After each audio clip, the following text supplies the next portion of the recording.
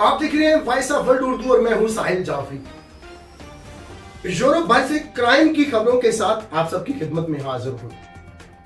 यूनान में पाकिस्तानियों का जहां बहुत अच्छा नाम पुकारा जाता था, आज उन्हीं ही पाकिस्तानियों को बहुत बुरी नजर से देखा जाता है। इसकी वजह क्या है? आखिर इसकी क्या वजह है कि हर रोज कोई ना कोई यूनान में वाकया पेश आता है जिसमें सबसे पहले पाकिस्तानियों का नाम लिया जाता है। इसकी क्या वजह है कि वो पाकिस्तानी जो किसी दौर में यूनान में कालो पिदी के नाम से पुकारे जाते थे, मगर आज यूनान में उनका जब भी नाम आता है तो बहुत बुरी नजरों से उनको देखा जाता है। इसकी क्या वजूहात है कि आज यूनान में पाकिस्तानियों का इमेज बहुत खराब है? यूनान में तकरीबन 50 से 60 हजार पाकिस्तानी बसते हैं और यहां आपको बहुत से सदर देखने को मिलेंगे।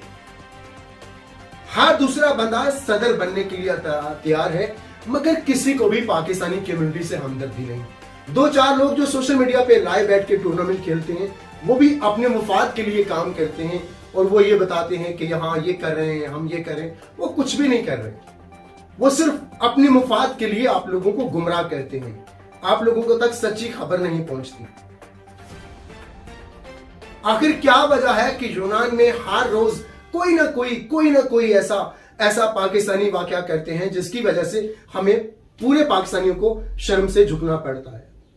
हम जब पाकिस्तान से आते हैं, हम गैर मुल्क में आते हैं, हम बहन भाइयों के लिए रोजी कमाने के लिए यहां आते हैं, मगर क्यों यहां आकर हम बुरे लोगों में चले जाते हैं, बुरे कामों में चले जाते हैं? ये एक बहुत बड़ा सवालिया निशान है कि पाकिस्तानी कालो पीढ़ी से काको पीढ़ी कैसे बने। आप हमें ईमेल कर सकते हैं, हमें ट्विटर पे, इंस्टाग्राम पे, व्हाट्सएप पे, फेसबुक पे, यूट्यूब पे ज्वाइन कर सकते हैं। हमें आपके जवाब का बहुत इंतजार रहेगा।